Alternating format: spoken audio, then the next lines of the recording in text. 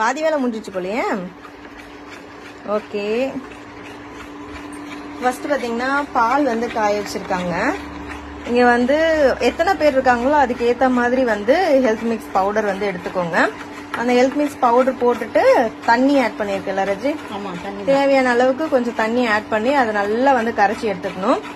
இப்போ இந்த மாதிரி பால் காஞ்ச உடனே டைரக்டா நம்ம பவுடர் அப்படியே போட்டோம்னா கட்டி கட்டியா ஆயிடும். அதனாலதான் வந்து இந்த மாதிரி நல்லா வாட்டர்ல மிக்ஸ் பண்ணிட்டு அதுக்கப்புறமா நம்ம ஆட் பண்ண போறோம். பால் பொங்க போகுது ரஜி, நல்லா மிக்ஸ் ஆயிடுச்சு போல. இந்த மாதிரி வந்து கட்டி இல்லாம நல்லா வந்து மிக்ஸ் பண்ணிக்கணும். ஓகே, நம்ம கிட்ட பாத்தீங்கன்னா 500 கிராமும் அவைலபிள்ல இருக்கு, 250 கிராமும் அவைலபிள்ல இருக்கு. இப்போ இது உள்ள வந்து இந்த மாதிரி சின்ன பவுச் இருக்கும். இதுதான் நாங்க இப்ப எடுத்து யூஸ் பண்ணிட்டு இருக்கோம். இதை எடுத்து தேவையான அளவுக்கு எடுத்துட்டு திருப்பி அதுல உள்ளே போட்டு நம்ம வந்து ஜிப்லாக் பண்ணி வச்சுக்கலாம்.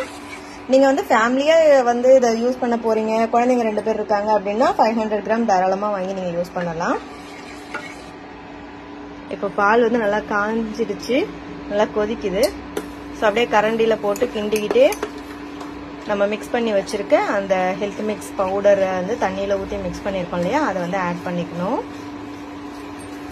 நீங்க அந்த ஹெல்த் மிக்ஸ் பவுடர் கூட தண்ணி ஆட் பண்ணும் போதே தேவையான அளவுக்கு நிறையவே ஆட் பண்ணிக்கோங்க.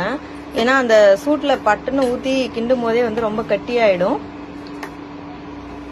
இப்ப நம்ம இந்த ஹெல்த் மிக்ஸ் பவுடர்ல வந்து நட்ஸ், அதுக்கப்புறம் பாரம்பரிய அரிசி, அது மட்டும் இல்லாம வந்து நிறைய பயிர்கள் வந்து முளைக்கட்டி ஆட் பண்ணிருக்கோம். அது எல்லாமே வந்து வறுத்து தான் ஆட் பண்ணிருக்கோம். அதனால சரியா நீங்க காய்ச்சல்னா கூட அது வந்து பிரச்சனை இல்லை, ஒரு 2 கொதி விட்டா போதும். இப்போ வந்து நம்ம வறுக்காம இருந்தோம் அப்படின்னா நல்லா கொதிச்சு அந்த பயிர்ல நல்லா வெந்து வர்ற வரைக்கும், அந்த பவுடர் நல்லா வெந்து வர்ற வரைக்கும் வைக்கணும்.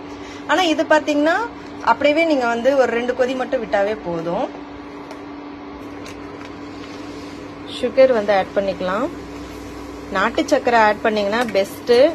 பட் நம்ம ஸ்டாஃபுக்கு வந்து ஒயிட் சுகர் தான் பிடிக்கும். டக்குன்னு எல்லாராலையும் சில விஷயங்கள் மாத்திக்க முடியாது இல்லையா, அதனால நானும் வந்து எதுவும் சொல்லல. ஸோ அவங்கவுங்களோட விருப்பம், அவங்கவுங்களுக்கு பிடிச்ச டேஸ்ட்ல அவங்கவுங்க ரெடி பண்ணி சாப்பிட்றாங்க. ஓகே, இந்த மாதிரி ஒரு 3-4 கொதி வந்ததுக்கு அப்புறம் பாத்தீங்கன்னா உங்களுக்கே தெரியும் அந்த ஒரு டைட்னஸ், ஒரு மாதிரி அந்த ஒரு எப்படி சொல்றது, அது பார்த்த உடனே உங்களுக்கு தெரியும். அந்த தண்ணியும் அந்த பவுடரும் தனியா இல்லாம நல்லா மிக்ஸ் பண்ண மாதிரியான ஒரு ஃபீல் கிடைக்கும். ஸோ வாசனை செம்ம ஆசமா இருக்கு. அவ்வளவுதான், கஞ்சி வந்து ரெடி ஆயிடுச்சு.